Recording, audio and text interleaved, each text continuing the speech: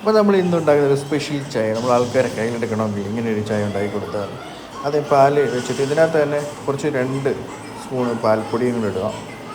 എന്നിട്ട് അതൊന്നും നല്ലല്ലോ, അല്ലെങ്കിൽ അത് കറക്റ്റായിട്ട് അത് ഇത് ചെയ്യത്തില്ല. എന്നിട്ട് ഏലക്ക പൊടിച്ചിടുക. എന്നിട്ട് പാല് തിളച്ച് കഴിയുമ്പോൾ അതിനകത്തേക്ക് ചായപ്പൊടി ഇടുക. ചായപ്പൊടി പാൽപ്പൊടി കലങ്ങാൻ വേണ്ടിയാണ്. അല്ലെങ്കിൽ ആദ്യം തന്നെ പാൽപ്പൊടി ഇട്ടിട്ട് അത് ആദ്യം വെക്കുമ്പോൾ തന്നെ പാലിനകത്ത് വെള്ളം ഒഴിക്കുമ്പോൾ തന്നെ അതിനകത്ത് തന്നെ കളിക്കാനും മതി. എന്നിട്ട് ഇങ്ങനെ കലങ്ങി വരുമ്പോൾ തിളച്ചൊന്ന് വരണം. തിളച്ച് കഴിയുമ്പോൾ നല്ലപോലെ തിളച്ച് വന്നിട്ട് തേയില ഇടുക. തിളച്ച് വന്നിട്ടുണ്ട്. തേയില ഇട്ടിട്ട് തേയില ആവശ്യത്തിന് നിങ്ങളുടെ എത്ര ഗ്ലാസ് വെക്കുന്നത് തേയില ഇടുക. അപ്പോൾ തേയില ഇട്ടിട്ടുണ്ട്. തേയില ഇങ്ങനെ നല്ല രീതിയിൽ തിളച്ചിങ്ങനെ വരുമ്പോൾ നമ്മൾ സ്പൂണൊക്കെ ഇട്ടിട്ട് കലക്കി കൊടുക്കുക.